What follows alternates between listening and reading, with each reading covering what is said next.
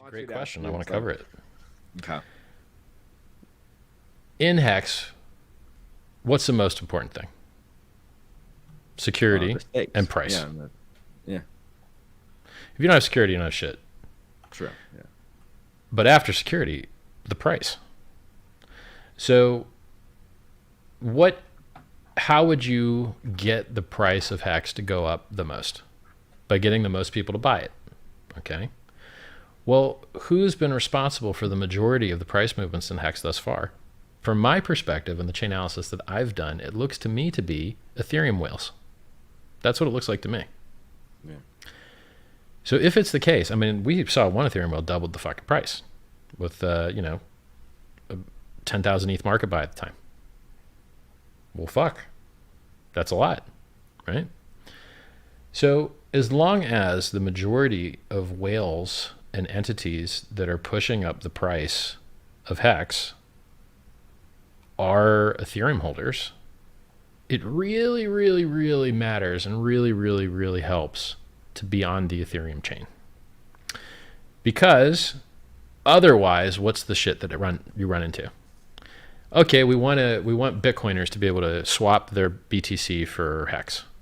Well, you have to use a centralized exchange, or you can use a federated, decentralized thing that there's instructions for on the front of hex.com, but it takes 6 confirmations. I mean, you can be waiting an hour or more. At least, yeah. But hey, at least there's less counterparty risk.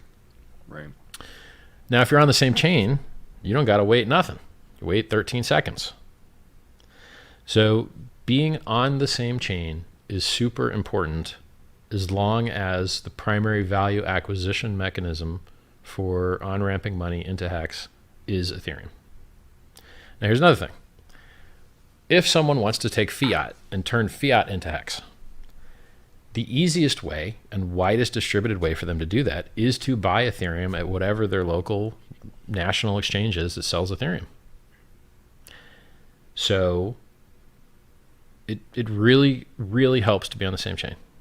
Now, if the world was different or it changes and the majority of inbound economic energy is through a venue that is not Ethereum, so if more people are sending bank wires and turning them directly into Hex and skipping Ethereum, or if more people are using credit cards and turning it directly into Hex, skipping Ethereum, or people are using other coins and turning those into Ethereum to turn them into Hex, and instead they could do that directly. If any of those things became the primary value acquisition mechanism, then you could make the case that it would be wise to, as a community, airdrop the system state to another consensus network to reduce fees. As it stands, I still believe the majority of people that want to on-ramp into Hex at this moment are Ethereum holders. Until I see that change, it really is very useful to be on that chain, to absorb that energy. So if you're on the Ethereum chain, it's the easiest to absorb the Ethereum economic energy. If you switch to another chain, now how are you going to get the Ethereum economic energy in? You got to go through some type of federated middleman thing like we're doing for Bitcoin. Yeah. Or you've got to have so many national on-ramps that don't require middle that go directly to Hex. Like if you're in America right now and you want to buy Hex at Coinbase, you can't. If you want to buy Hex at Kraken, you can't. You want to buy Hex at Binance, you can't. Just fine. Buy Ethereum and use that. Or if you're on Coinbase, you can use USDC without paying any fees. You can onboard USDC for no fees and then turn that into Hex. So, and by the way, the fees now are, single dollars, not double-digit dollars. So, in summary, as long as what is causing the price to pump, in my opinion, is majority people that already have ETH, probably stay on ETH, right? Yeah. That changes, and, there's some other economic energy coming in from somewhere else, then an alternate consensus network could make sense.